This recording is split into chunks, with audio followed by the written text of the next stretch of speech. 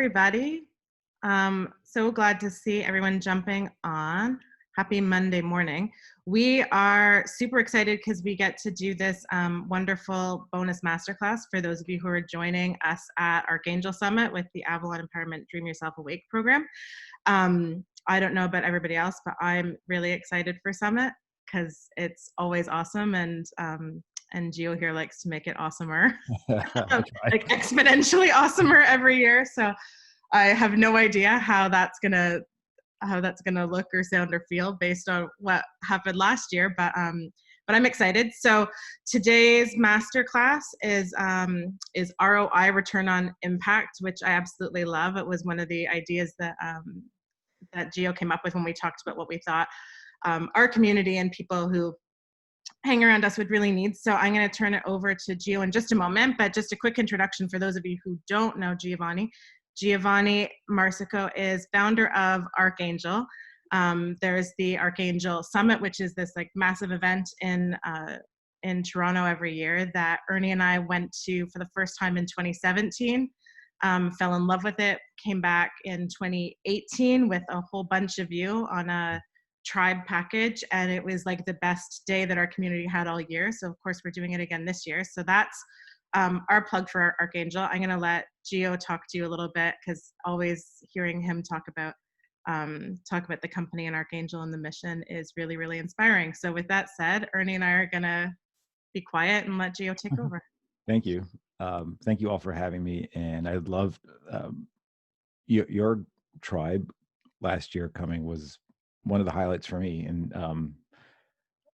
I love how aligned we all are when it comes to community building and intentional community building with epic humans. So thank you. And I have some really fun stuff to share today. We could probably do a bunch of Q&A. I've saved some time for that. So you can ask me whatever questions you want, and we can have a bit of a nerd out session. Let me just share my screen.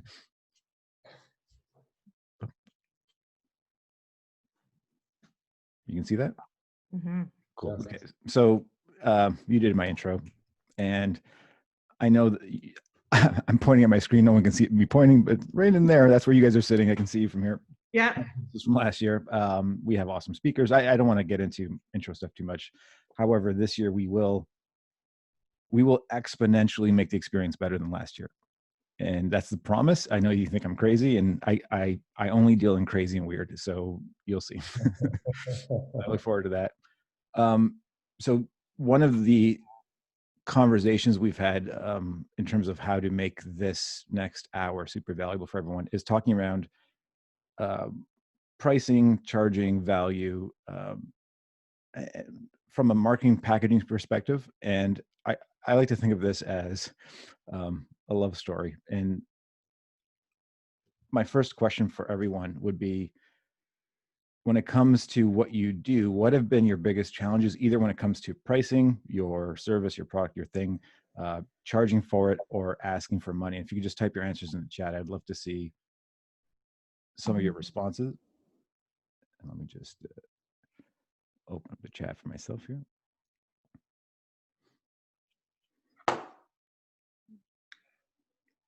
Kate says charging. Yeah.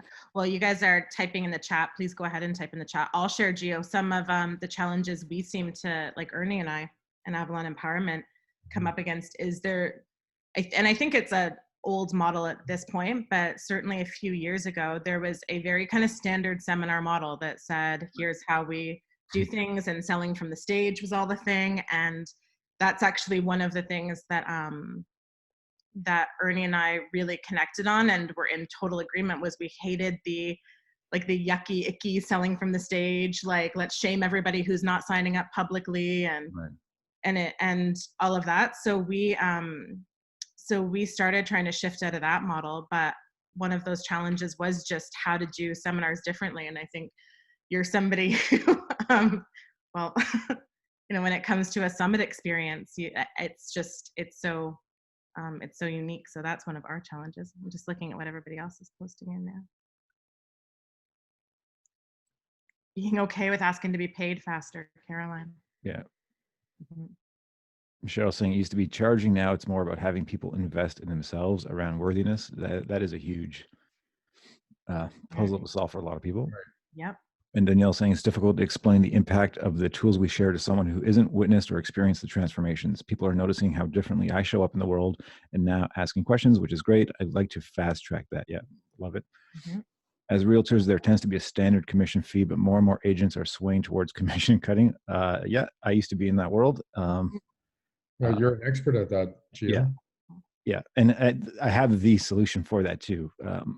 Because, and maybe I'll start with sharing the concept of commoditization. So if you've never heard that word before, what it means is if someone can compare you or your product or your service to another product or service based on price alone, it's being commoditized, which means it's a race down to zero.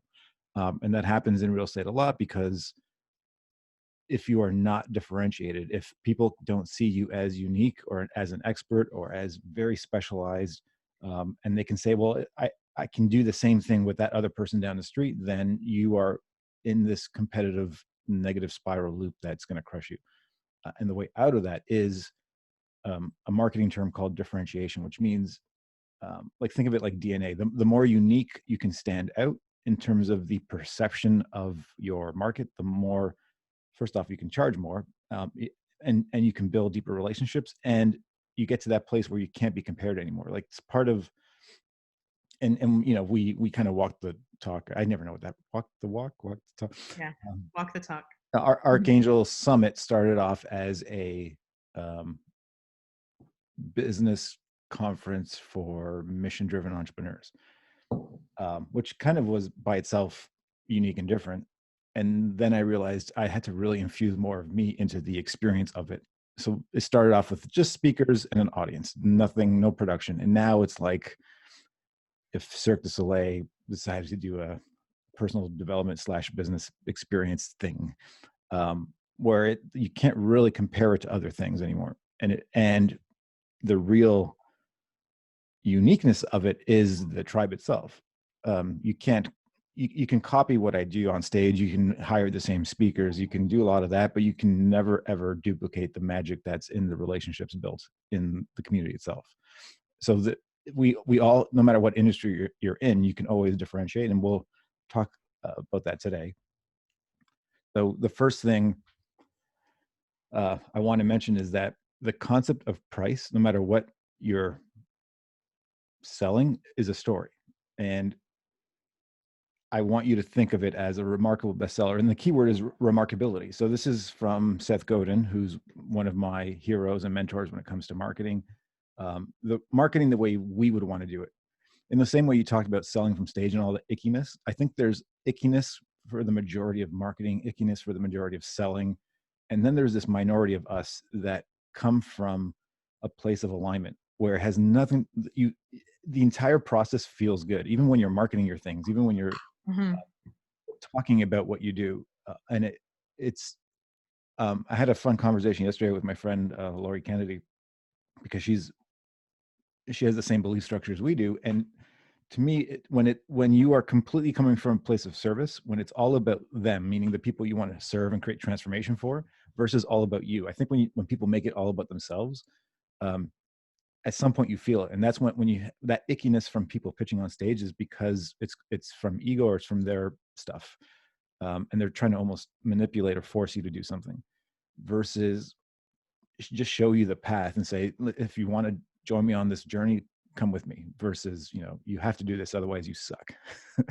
Like that icky feeling. And my question for everyone, why do you think the concept of storytelling is important when it comes to growing a business? I'm curious to hear what you might say about that. And while you guys are typing, I'll read some of these. Attending Blueprint was super powerful for us to identify our hero client, and you are 1,000% correct. Our hero clients do not see us as a commodity at all. Exactly. Like even with Avalon, like there is no competition, because it's not just the service or the experience you provide, it's the transformation you create and the community you've built that's so unique. And I think, Gio, just to, as these questions or comments are popping in, I think what you said too about that, like show people the way and say, hey, and if you want to join me, we're here. Right. I think there's an inherent level of trust and sort of mindset shift that has to happen so that you're not coming from scarcity and you're coming from a place where you trust that people really will show up. So Yeah, I think, you know, a lot of traditional marketers will use urgency and scarcity, but fake urgency and fake scarcity. mhm. Does that make sense? Like, you know, there's only 5 left of this digital product. It's like, come on. Um, Run to the back table. yeah, all that, right? To me, the only real way to do it is to say we're moving. We are in momentum. We're on this journey. We're moving on this path, and create the perception and the analogy that, you know, the bus is leaving the station. Will you like to join us on the bus? Because this is the direction we're going in. And stories connect with the Unconscious mind. Nice. Sorry, that's Yeah, I love it. Avalon. Avalon language, love it. The ever-present child inside who wants to play. Stories make important points in the most subtle ways. Stories connect. Pontificating doesn't. I love that, Neil. People learn best from metaphors. Absolutely, Kate. Stories allow people to see themselves having the result you describe. Yes. Oh my God, you guys are amazing. The truth is, we are all inherent storytellers. No matter what you do or who you are, we all learn from story, from probably the day we're born to the day we die. It's like our entire existence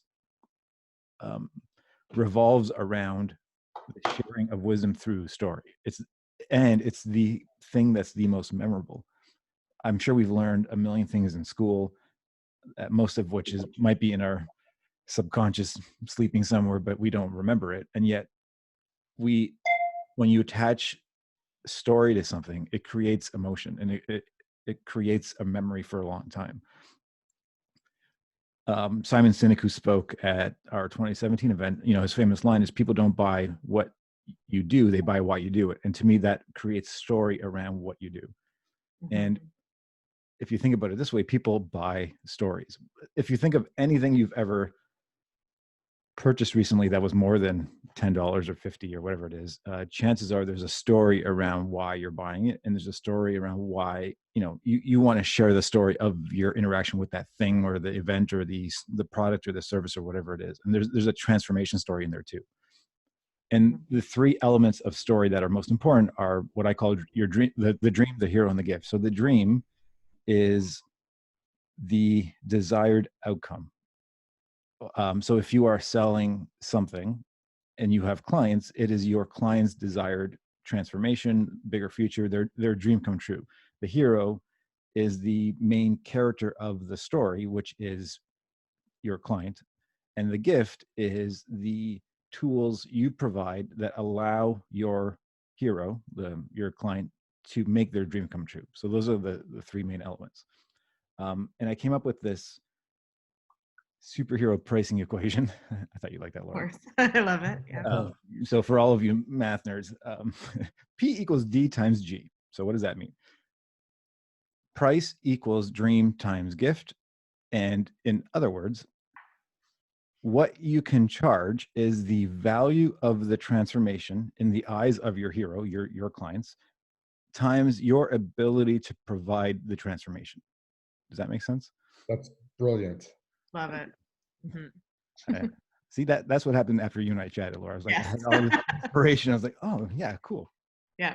So the idea is having clarity around the change that your dream client wants, and then being able to be the bridge from where they are today to where they want to be.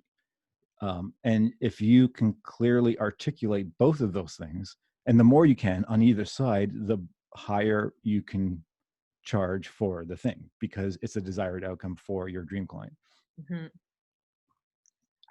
What I love so much about this too is the focus on like this value of the transformation and your ability to provide it, because I think what we see happen with a lot of coaches in our community, or probably anywhere, right, is what is coaching worth? How much experience do I have? And it's, people aren't paying for a coach, people are paying for the result. Right. It's what is the result worth?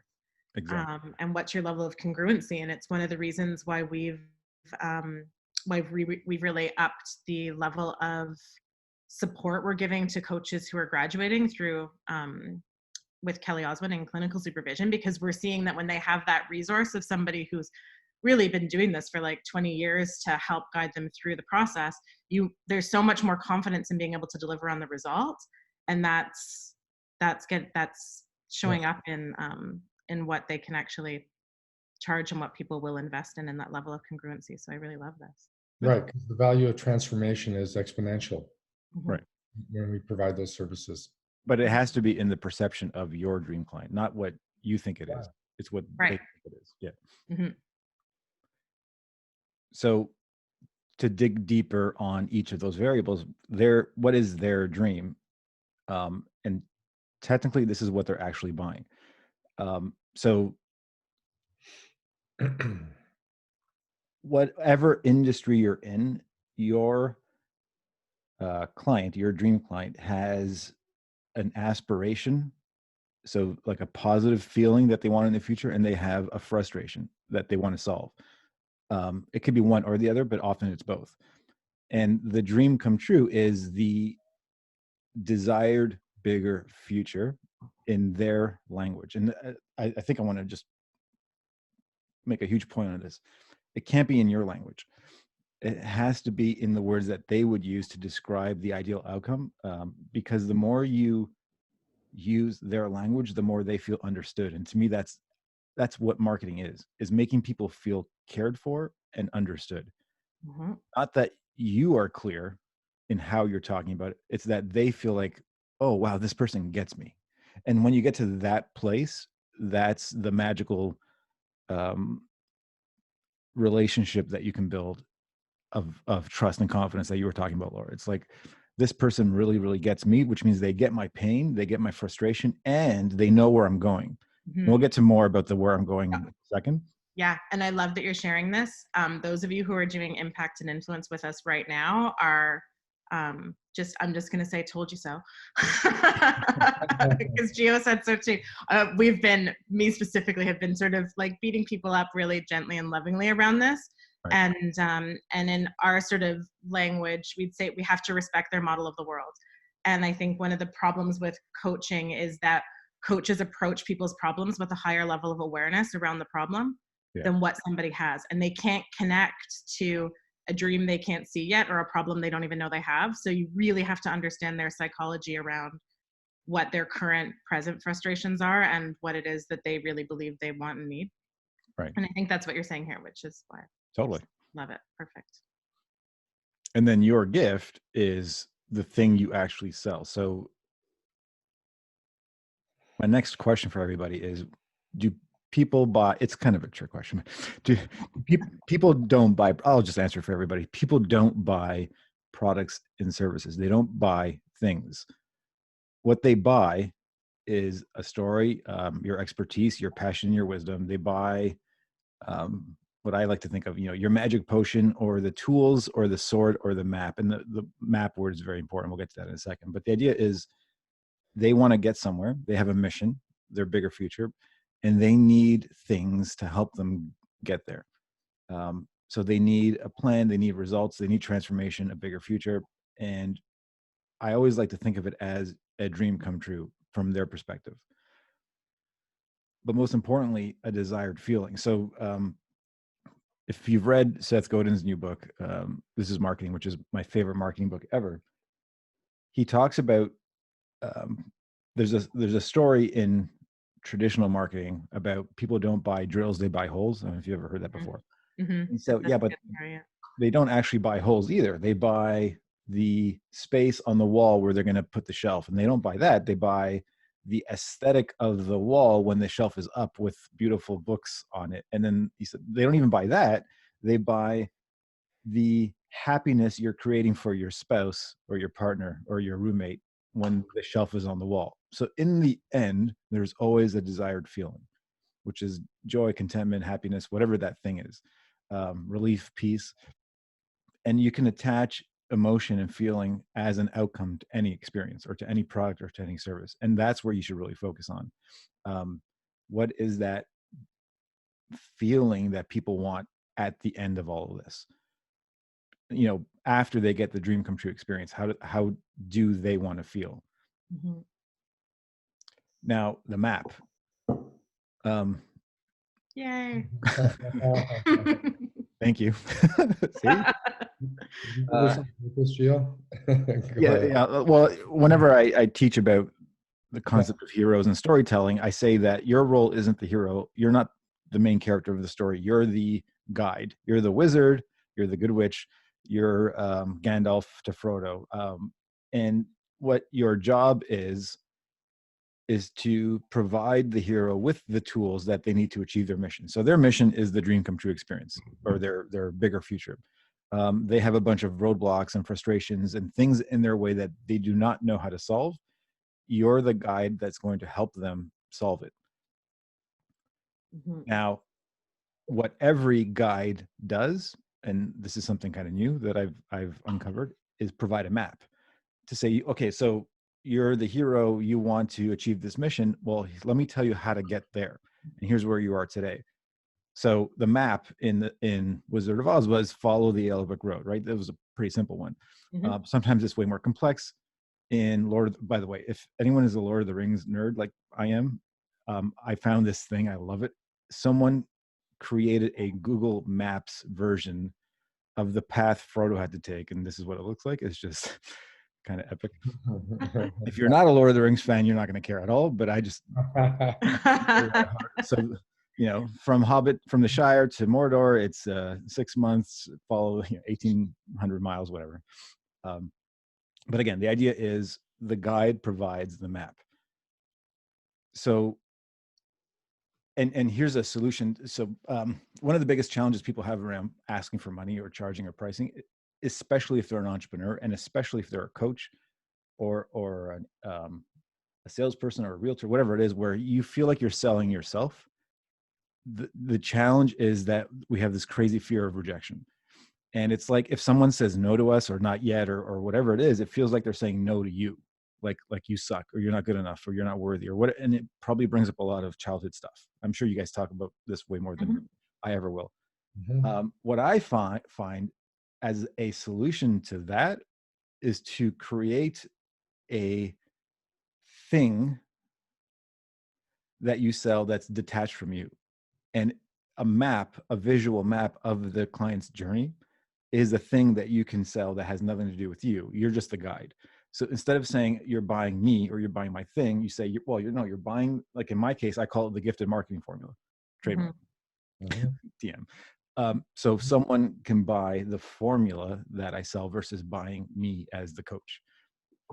And this is what it looks like. And when you create a visual representation of it, it actually creates higher perceived value, especially when, like, I'm not going to take people through it today, but there's a whole choreography and sequence of how I even explain this whole visual step Mhm. by step to say, you start here.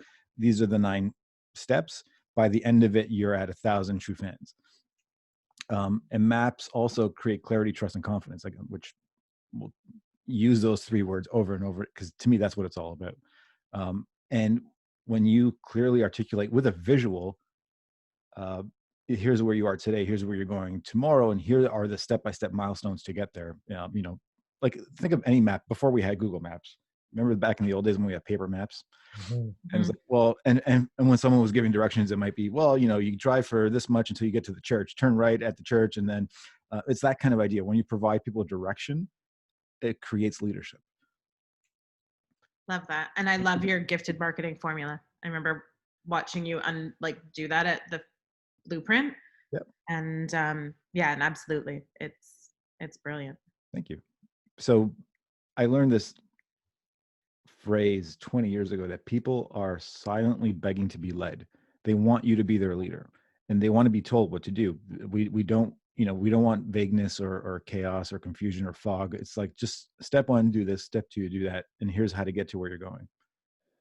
There's also huge power in naming when it comes to value creation. So the first 3 phases of my formula are the dream lab, the hero maker, and the gift wrapper. Now, if I just said, figure out your plan, or figure out who you're going to serve, or figure out how to talk about your company, it's generic and boring. It doesn't seem valuable. But when you name each phase or name your things in a very unique way, And I put the TMs. I learned that you can TM anything. Yep. And it creates a bit of protection. If you really want to register, then it becomes the R with the circle, a registered trademark.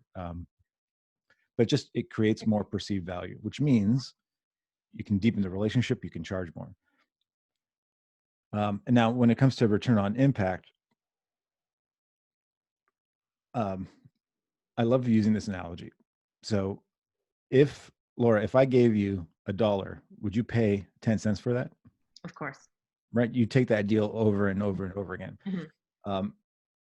And this is essentially what you need to create. It's called dollarization. I learned it from a book called How to Be a Marketing Superstar that I bought in 2003 when it first came out. I lent it to someone and I completely forgot about it. And then I just remember it just came yesterday. I'm so happy. So I can't wait to reread it. But the idea is no matter what industry you're in, you can always create a dollarized ROI. And it sounds crazy sometimes, but you can totally do it. So going back to that equation, what is the transformation worth to the person who's going through the transformation?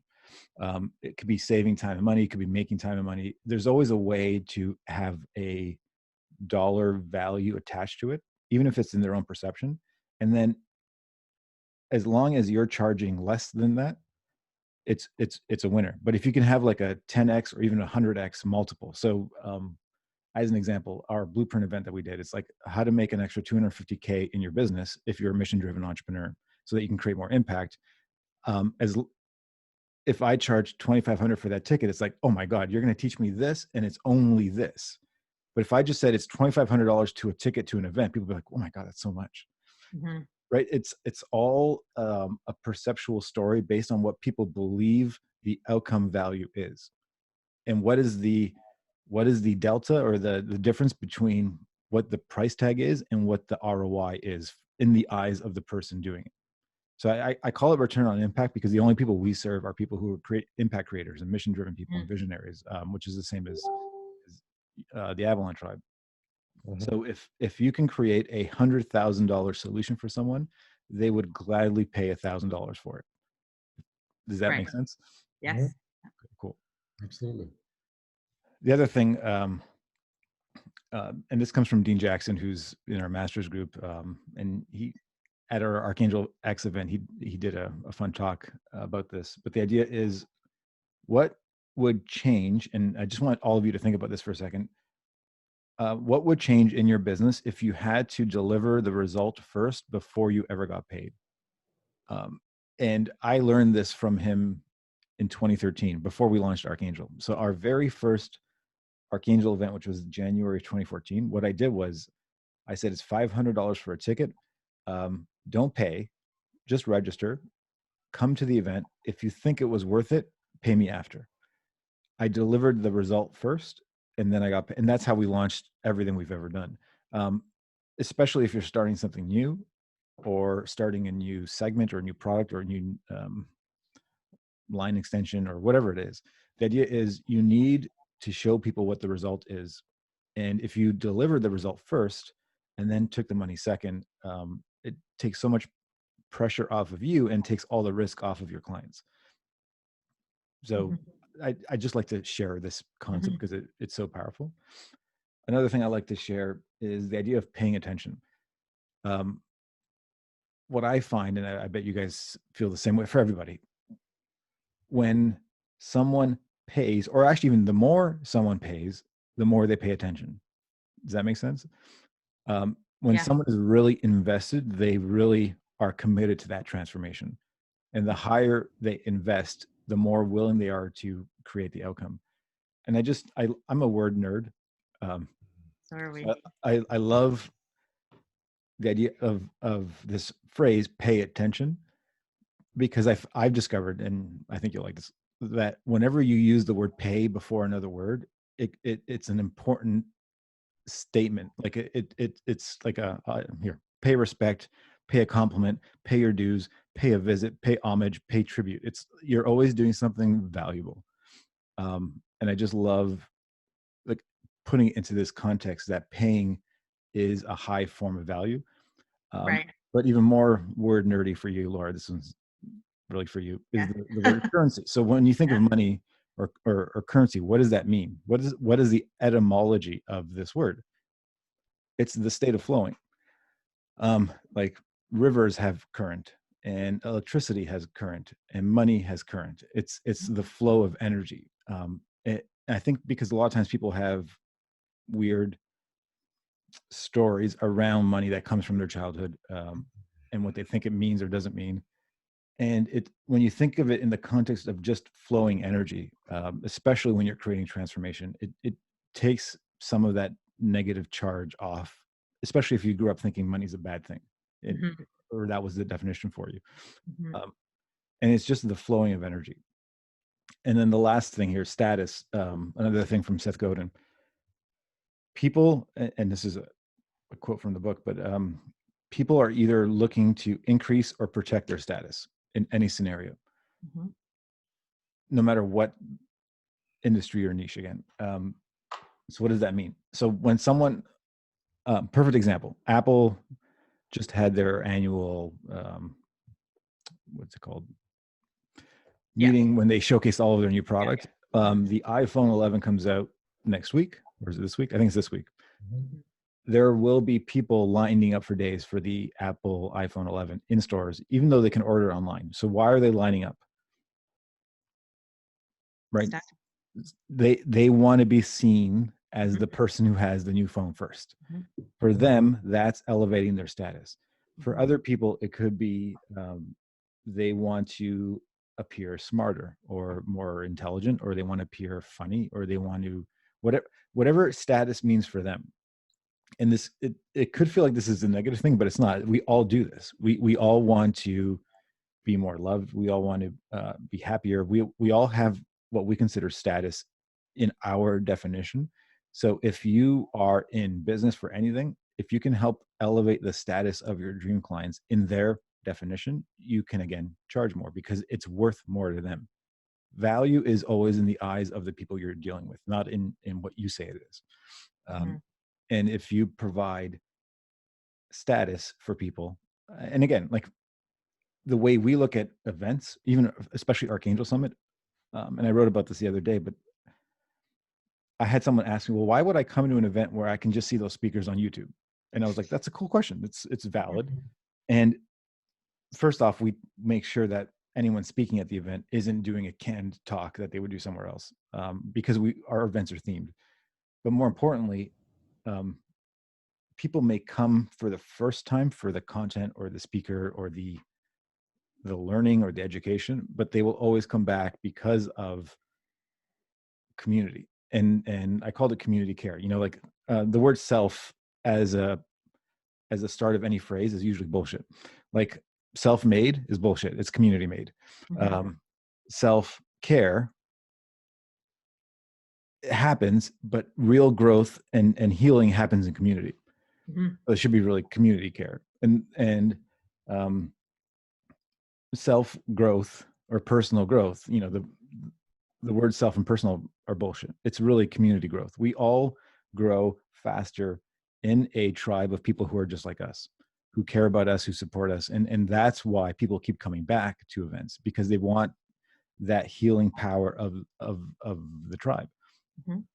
That's the status that we provide. It's like we provide a safe space for you to be yourself. And the analogies I used in that post I did were Comic-Con. So I grew up reading comic books, and when I was, that's like late 80s, early 90s, you were called a nerd or a geek, and those two words were bad. There was like a negative connotation. Now it's completely different. Now nerds are powerful beings. Nerds rule. Yeah, we rock, right? But back then, you almost had to do it in hiding or in secret because you didn't want to be bullied or made fun of, until an event like Comic-Con comes along, and then you go to that event and you're finally safe to be yourself. And the same was true when I went to a Lady Gaga concert in 2014 doing research on community building, because she's done it so well. And I was like, wow, these people are all here. So a lot of them dressed up crazy, but I believe they're not dressed up. They're themselves. And this is the place that they're safe to be themselves. And then I thought, that's what we do. When someone comes to Archangel Summit, it's a place where they can finally feel like they're safe to be themselves in a group, even if it's thousands of people just like us, where you're still safe to be you. Mm-hmm. And I believe the same thing happens with you guys when people come to your events. Mm-hmm. It's like a safe container to just show up Mm-hmm. fully as yourself, where you're not being judged or criticized, or people don't get you. Like often our family and friends or whoever they are don't quite understand us. Yeah. We're a unique bunch. We call it the safe and sacred Don't place. quite at all ever. Yeah. So that is the power of community and the power of creating experiences like we do. Mm-hmm. So that is my ROI, and I love to nerd out a bit more with all of you, and whatever questions you have about this concept or this topic, I would love to chat more. Cool. That was brilliant, Giovanni. Thank you. Yeah, it was. Oh, and by the way, if you haven't heard Gio tell the story about Lady Gaga before, like he actually went to the concert to do research and Yeah. showed up with like a notebook, right? Notebook, pen and pad. So I was in the audience making notes, going, "This is so good. This is so good." Yeah. Awesome. Awesome. So as questions come in, I have a couple, and this is sort of, I think it goes along the same lines as what we're talking about, but there's attracting the people you want, but sometimes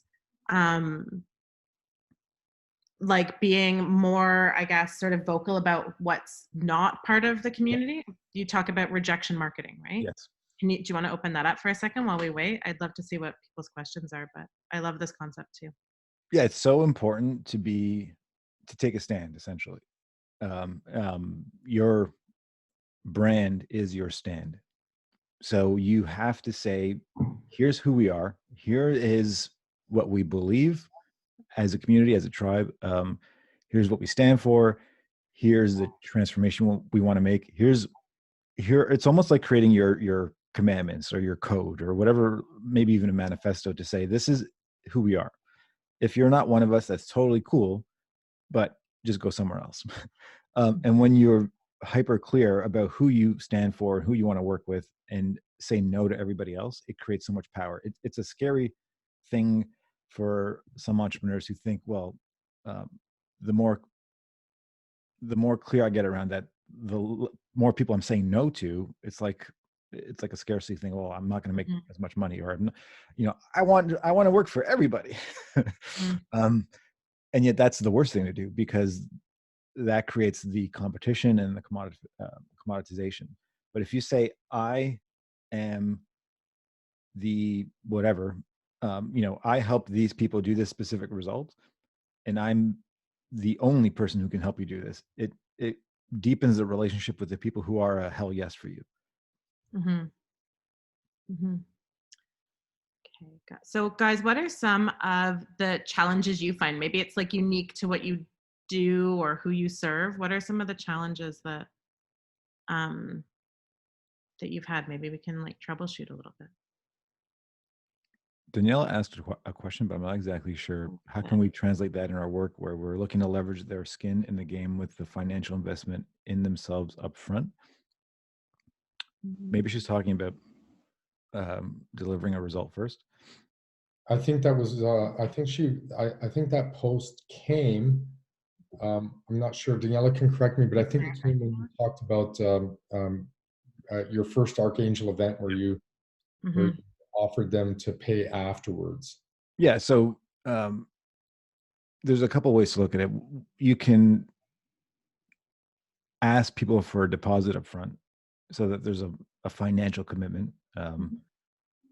Or like we just launched a pilot program for a course / coaching thing we did called Archangel Academy. And one thing we did was to say, listen, it's because it's our pilot group, we'll give it to you at a much better rate and a lot more bonuses. So they're still getting an unfair advantage for being first. And it's never free. I don't like the word free. There's a value exchange, or you can say, listen, in exchange for me giving you a break on the pricing or whatever it is, I would love for you to be a testimonial or a transformation story that we can use in the future. Would you be open to that? There are ways to create value exchange that doesn't include paying full price or whatever that looks like. There are a bunch of options or different ways to do that. So Daniela, just on that too, I think when it comes to like, say like a coaching program, I wouldn't be saying pay later, like on something that's a longer thing, but on a one-day workshop or a workshop, it might be a strategy that you could do there, right? Does that make sense, Gio? You wouldn't. Yeah, exactly. Yeah. So we've talked a bit about doing sort of pilots and betas and giving, a break on the price, additional value. We're doing it in our impact and influence group right now. It's a 40% cut on what we believe the program is worth or will be priced at on next round. And we've tripled our office hours in terms of support. And it's all Ernie, Kelly, and myself, versus when we get it more systemized, it'll be another coach doing some of the behind the scenes coaching. So it's increased access to us and a lower investment. So that's one of the ways that we've done that for our program. Another thing to think about, if someone had a one-car garage and they owned a Ferrari and a Toyota, which car would they park in the garage? Right? Probably the Ferrari. So, and why is that? Why is the Ferrari worth more? It's not just because it's a better product. It is, but not that much better. It's the story of ownership of a Ferrari. And I want everyone to think, if I had to triple or quadruple or 10x my pricing from what I charge now for whatever it is, how much more value can I provide? What other things can I do for people that I'm limited to not doing right now? And it's never, to me, it's never about the money. Like how much more can I make? It's more about how much more transformation can I create for people?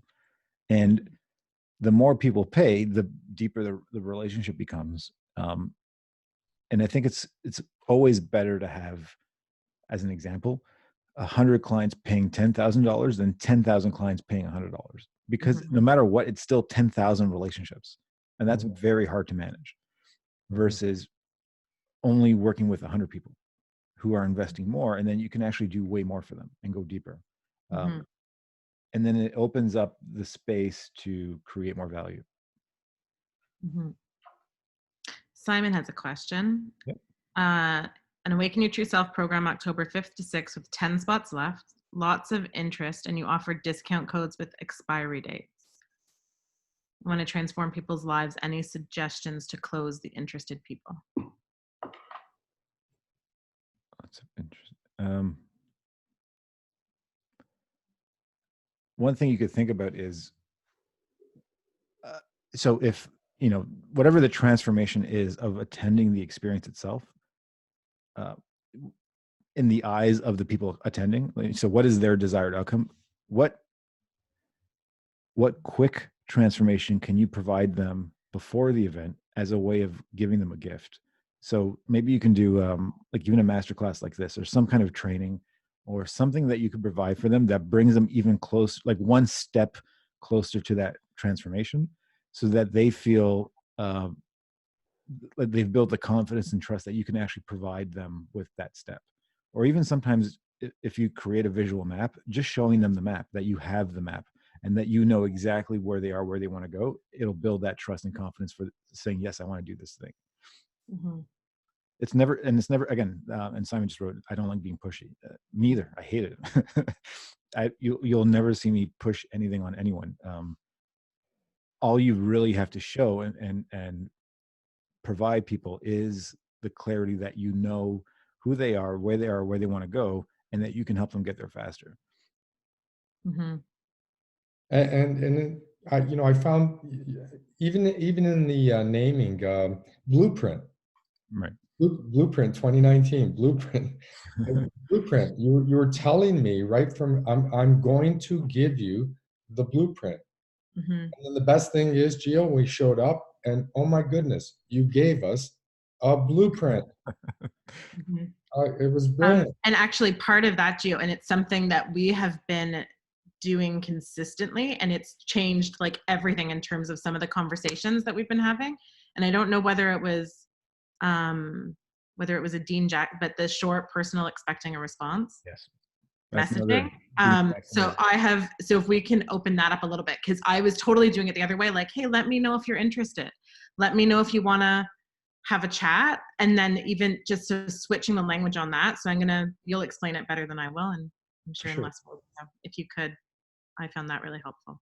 So one thing Dean Jackson teaches is that in any communication you do as a business, treat it as if you're talking to your best friend through text message, which almost seems backwards because people think they have to, using email, for example, you have to have a polished email with all of the details about everything.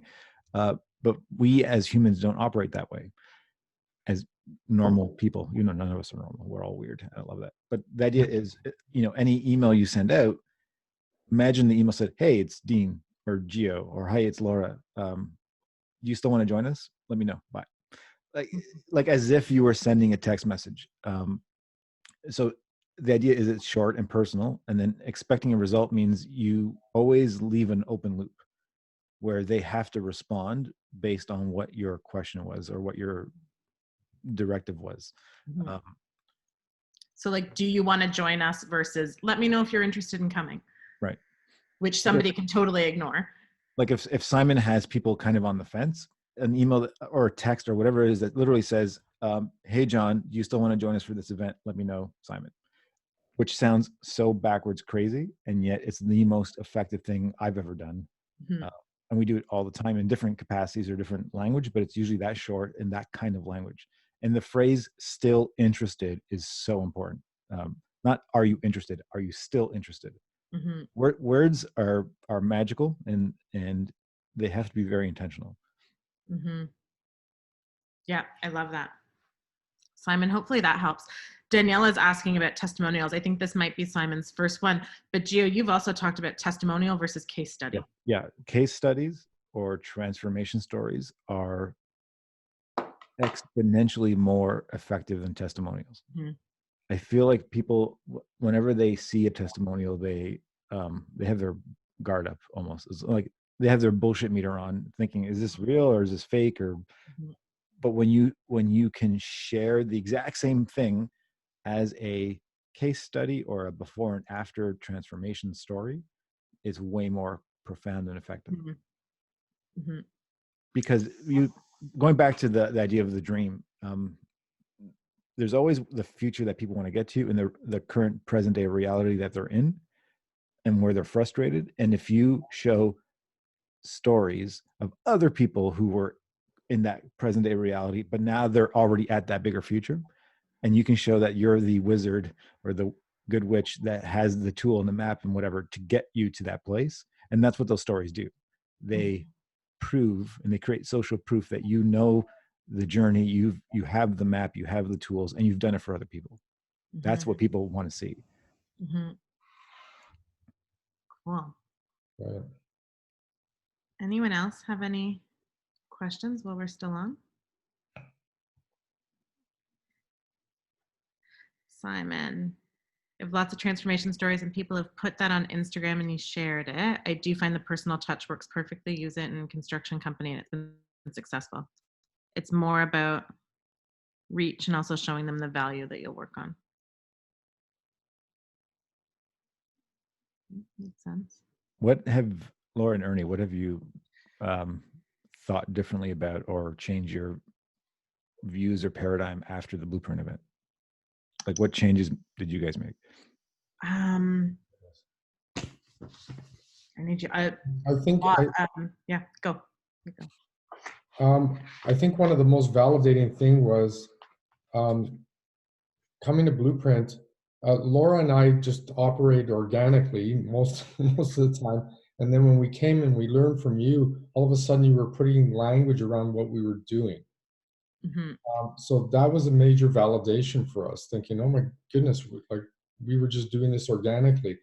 However, then it became refined. Now all of a sudden, when it was very conscious that okay, what we were doing is right on track. No wonder we're having so much success with our tribe, our community, which was a beautiful mirror of yours. But all of a sudden, it became all of a sudden it was clear And then we started to refine, and then we started to develop that focus. And we're still doing it. I've attended 2 blueprint events. The second one was even more profound than the first, just because it was my second time. So we are further refining that process, further developing that process, and it's becoming, yeah. Now we're doing it with very clarified intention. Mm-hmm. Gio, can you, is it difficult for you, or can you pull up your gifted marketing formula slide? Yeah, 1 second. Yeah, because that's brilliant, Gio, and that'll give us a platform. I'll point out because I know on it because this is interesting, because I think, and I think a lot of, And following the blueprint model, Laura came up with our own version of this as we're moving forward. But let's speak to your model. yeah. I've actually refined this since the last, and again, I'm always up leveling everything. So Right. a couple of Okay, so we go to this event though, and we look at it. Do you still have DNA on here? DNA is part of gift wrapper. Okay, Which is cool. the 3rd phase. Yeah. So basically, as we were going through it, so to what Ernie was saying, it was really interesting because we didn't set out to build a community or a tribe for the sake of that was good for business. Like, it was sort of just like, we know this is what we need. We know we've tried it in a number of different ways before. I know for sure I wouldn't still be in this industry doing the work if I didn't have connections from when I took the trainings. So we did it as it was for ourselves, really, first, and for the people we cared about. But then when we watched you do this, we were like, oh my God, this is exactly what we've done. And this is how we've managed to build a business without a single Facebook ad or any kind of ad or any kind of post, just like very sort of in the closet. Well, let me riff on that a bit, because my philosophy is that everyone does things backwards. So yeah. The question people keep asking me is, teach me marketing tactics. How do I get more leads and more clients? And I think one of the biggest challenges is that so many of these internet marketing fake guru people are teaching funnels and lead generation and how to get more clients, up, and not teaching creating remarkable delivery of your thing. Like everything that happens after the sale versus everything that happens before the sale. And if you focus on everything that happens after the sale, where you're creating something remarkable, meaning worth talking about or worth telling a story about, the marketing works out itself. People want to talk about you. They want to refer business to you because they've had such an amazing experience.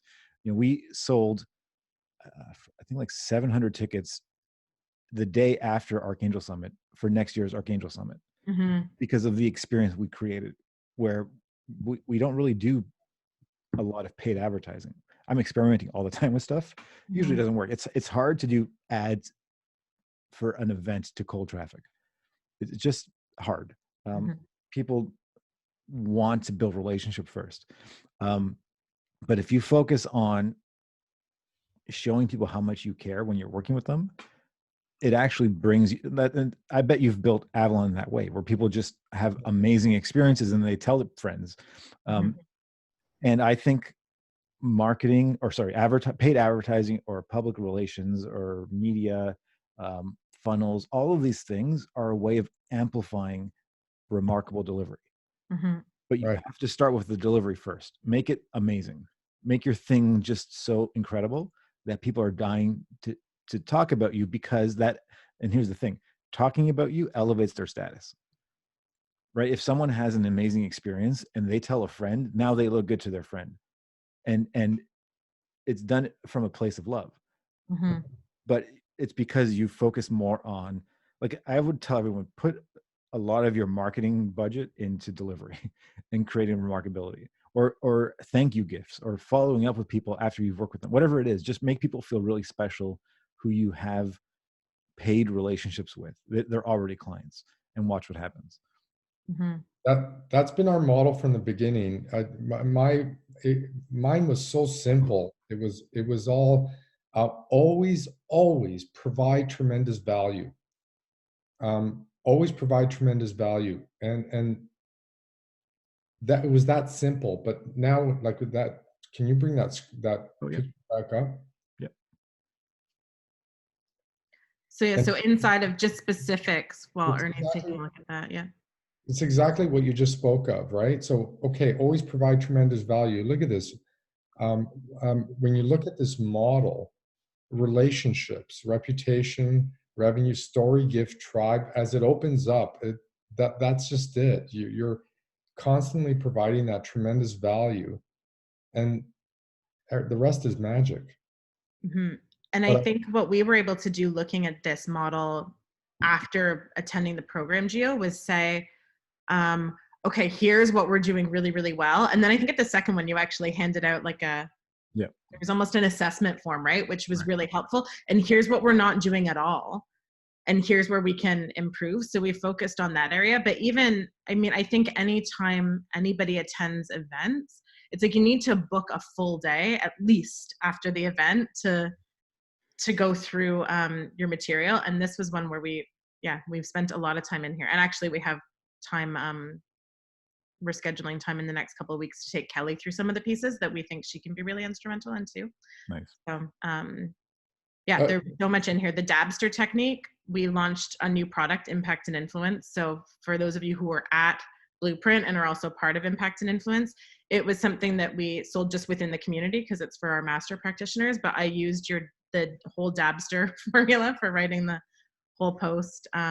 Yeah, there's been The funny thing is you keep mentioning the Blueprint event, which I don't know when we'll do another one. Yeah. Because we're producing 4 events next year, Mm-hmm. and we normally do. But the pilot program thing that I mentioned is an online course coaching version of the Blueprint event to teach people this whole thing. Yeah. So that's what we're experimenting with right now. Mm-hmm. Very cool. I love the feedback. Yeah.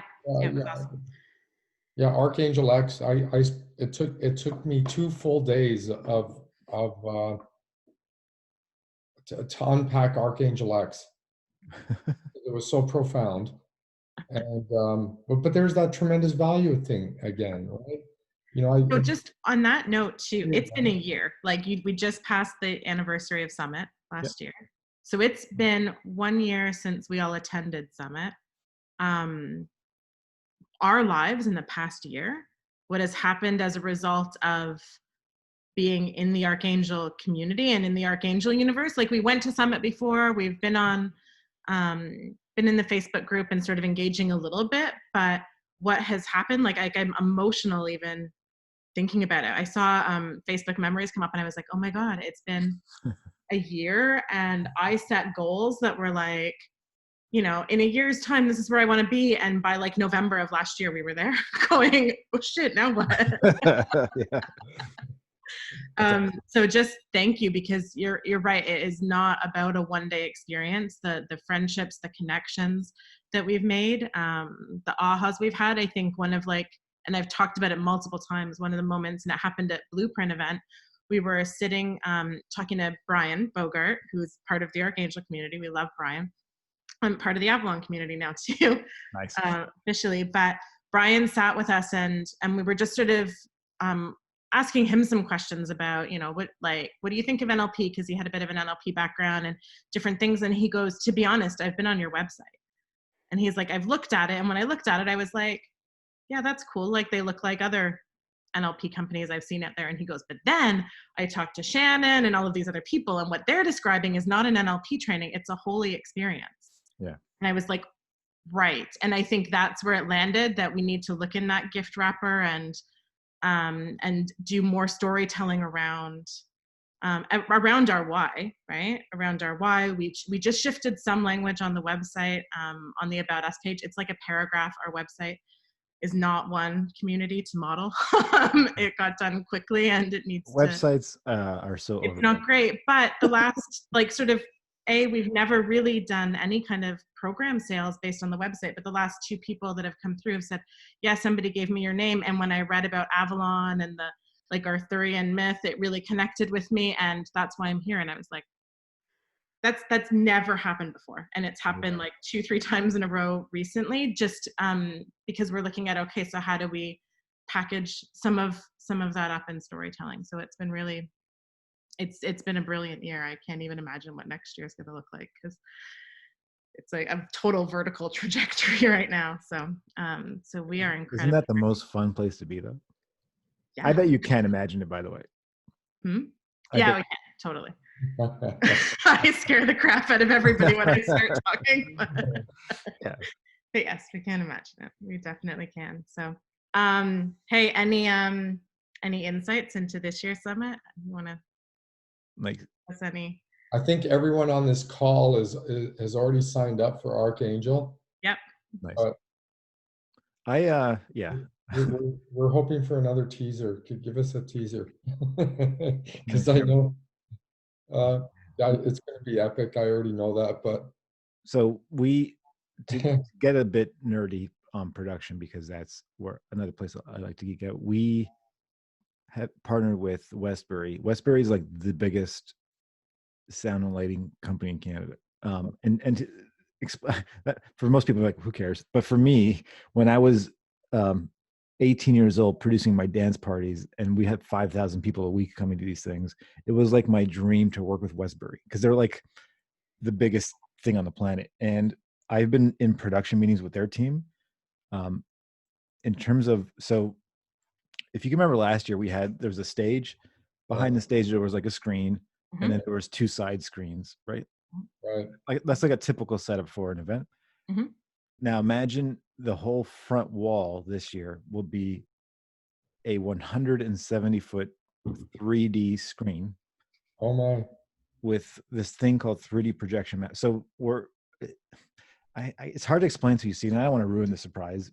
Okay. But we're changing the venue to like an immersive thing, and I just had to get fitted for my costume. I'll say that. I was going to say more performance, a surprise